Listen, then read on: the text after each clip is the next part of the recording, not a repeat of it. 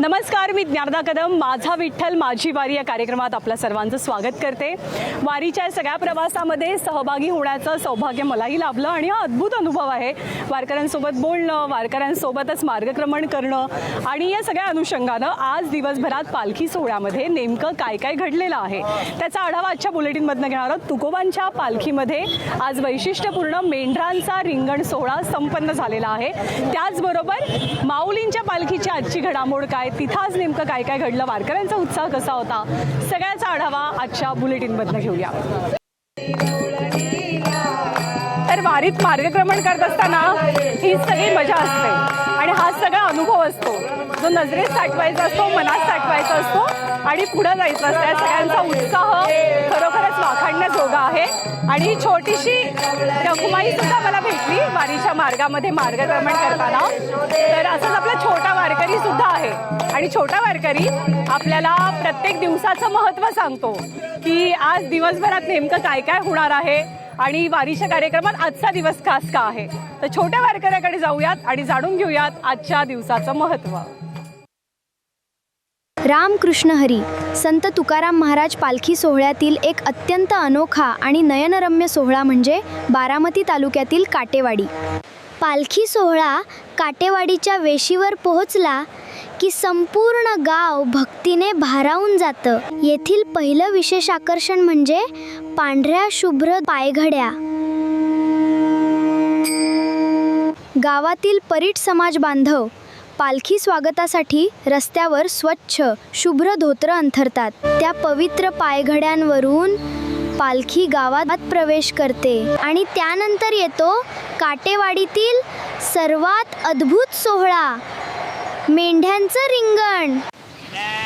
पालखी रथाभोवती धनगर समाजाच्या मेंढ्यांचा कळप गोलाकार धावतो आणि रथालाच प्रदक्षिणा घालतो.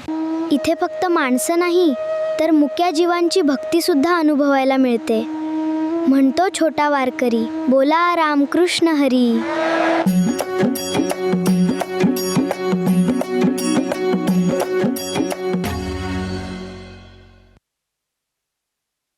आज तुकोबांच्या पालखीमध्ये मेंढरांचं रिंगण हे काटेवाडीमध्ये पार पडलं.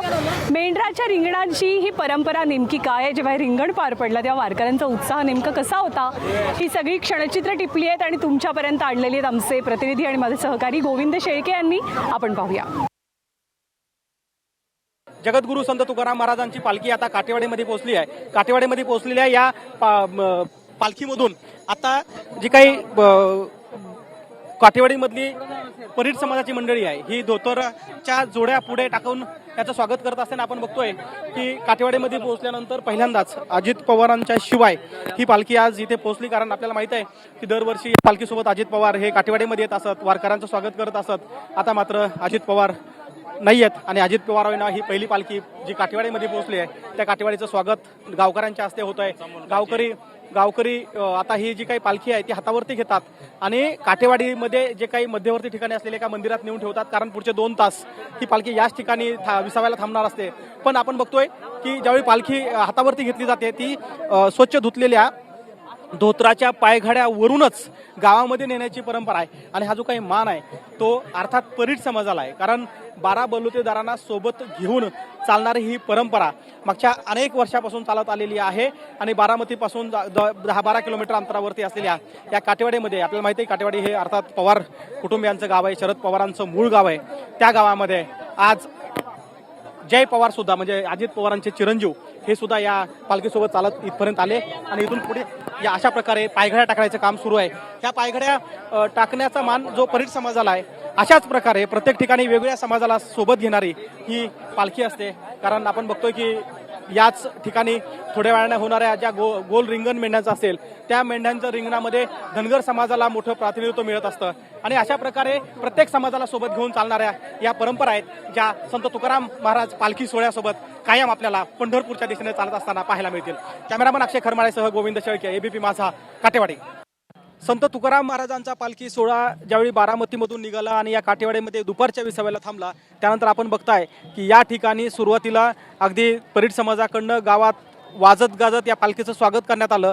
परीट समाजाकडून वायघड्या टाकण्यात आल्या धोत्राच्या आणि त्यानंतर आता बघतो आपण की हे मेंढपाळ आहेत ज्या मेंढपाळ आता या ठिकाणी ह्या मेंढ्या घेऊन या पालखीच्या भोवती फिरवत आहेत. खरं तर 12 बलुतेदारांना खूप मोठं स्थान या आषाढी वारीमध्ये मिळताना पाहायला मिळते. आम्ही अगदी अकलूजमध्ये बघतो की तिथं गवळ्याच्या लोकांना मान आहे पालखी दुसऱ्या ठिकाणी नेऊन ठेवण्याचा. तसाच मान या ठिकाणी आपण बघतोय की या मेंढ्या आहेत, या मेंढ्या मेंढपाळ घेऊन येतात आणि या पालखीभोवती फिरवतात. जुन्या काळामध्ये एकदा असं घडलं होतं असं सांगतात की मेंढ्यामध्ये कुठली तरी एक महामारी आली होती आणि अशावेळी संत तुकाराम महाराजांचा पालखी सोहळा काटेवाडीमध्ये आला होता आणि इथल्या मेंढपाळांनी त्या सगळ्या मेंढ्या ज्यावेळेस तुकाराम महाराजांच्या पालखीभोवती फिरवल्या आणि त्यानंतर त्यांची रोगराई बरी झाली असा मानस या सगळ्या मेंढपाळामध्ये आहे. आणि म्हणून दरवर्षी न चुकता ज्यावेळी संत तुकाराम महाराजांची पालखी ही काटेवाडीमध्ये येते त्यावेळेस काटेवाडीमध्ये आल्यानंतर या पालखी सोहळ्याचं पहिलं गोल रिंगण आपण बघताय की अशा प्रकारे मेंढ्यांना फिरून साजरं केलं जातं. ज्ञानोबा तुकोबाच्या जयघोषामध्ये सगळ्या मेंढ्यासुद्धा अगदी जोरात धावतात आणि हे रिंगण पूर्ण होतं. खरं तर आता आठवडाभराचा एकूण प्रवास पूर्ण झाला आहे आणि आता दुसऱ्या आठवड्यामध्ये वारकऱ्यांना मोठ्या रिंगणांची पर्वणी आहे, तसं गावकऱ्यांनासुद्धा असे रिंगण सोहळे अनुभवता येणार आहेत. आणि असाच एक प्रकार होता जो आपण बघताय तो म्हणजे या काठेवाडीमधला मेंढपाळांचा गोल मेंढ्यांचं रिंगण. कॅमेरामन अक्षय खरमाळेसह गोविंद शेळके, ABP माझा, काटेवाडी.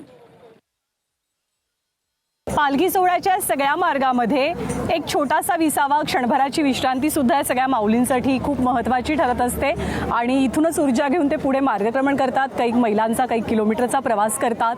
आज ज्ञानोबा माऊलींची पालखी लोणंदवरनं मार्गस्थ झालेली आहे आणि आज ज्ञानोबा माऊलींच्या पालखीमध्ये सुद्धा रिंगण पार पडतं. ज्ञानोबा माऊलींच्या पालखीमध्ये आज कोणती क्षणचित्र अनुभवायला मिळाली त्याचा आढावा घेऊया. आमचे प्रतिनिधी वैभव बोडके तुम्हाला याची माहिती देतात. श्री संत ज्ञानेश्वर महाराजांच्या पालखी सोहळ्यातील पहिलं उभं रिंगण तरडगाव येथे चांदोबाचा लिंब या ठिकाणी पार पडताना पाहायला मिळते. मी सध्या चांदोबाच्या लिंब या परिसरामध्ये आहे. तुम्ही या ठिकाणी पाहू शकता ऐतिहासिक या उभ्या रिंगणाला लाखो भाविक पाहण्यासाठी उपस्थित झाले आहेत. रिंगण म्हणजे वारीमधील एक विसावा असा सोहळा असतो. या ठिकाणी चांदोबाच्या लिंबाच्या परिसरामध्ये मोठ्या प्रमाणावर वारकऱ्यांची उपस्थिती देखील पाहायला मिळत आहे.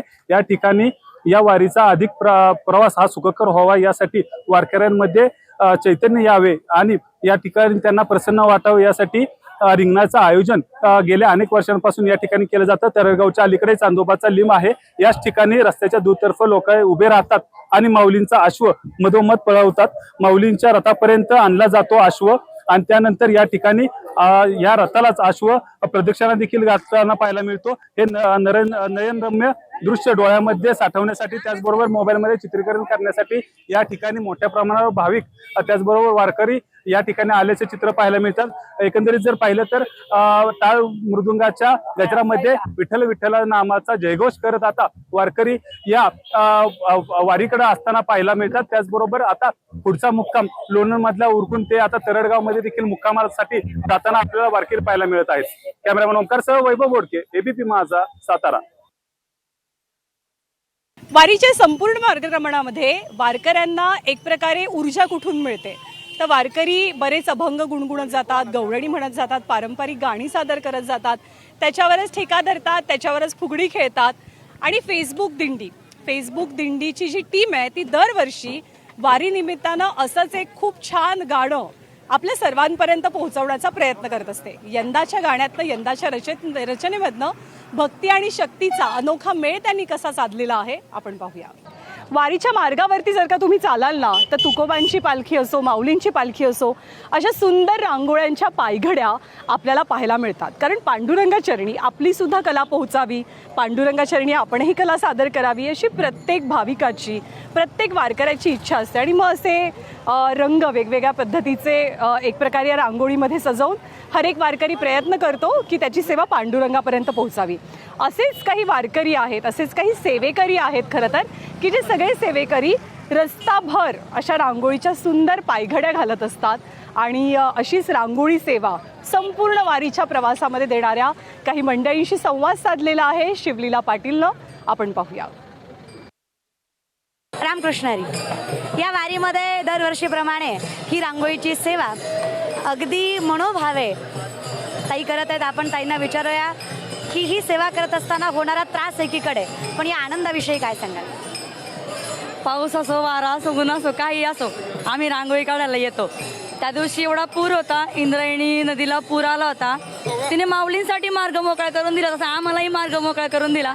आम्ही आलो, पहिली रांगोळी काढली, थोडी वाहून गेली.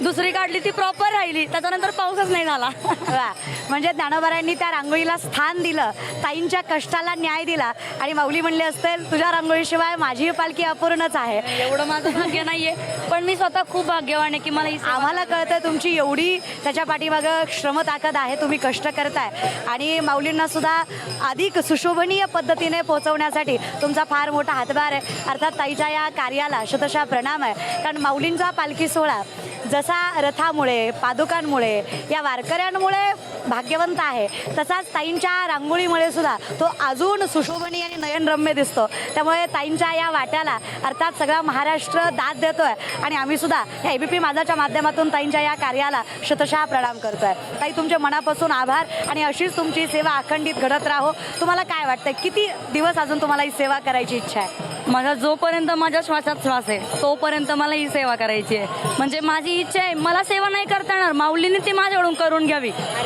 आणि माऊलींनी ती करून घेणार हा विश्वास आहे. वारीचे प्रत्येक अपडेट, सगळी माहिती आम्ही तुमच्यापर्यंत पोहोचवत राहू. तुर्तास मी आपली रजा घेते. धन्यवाद. रामकृष्ण हरी.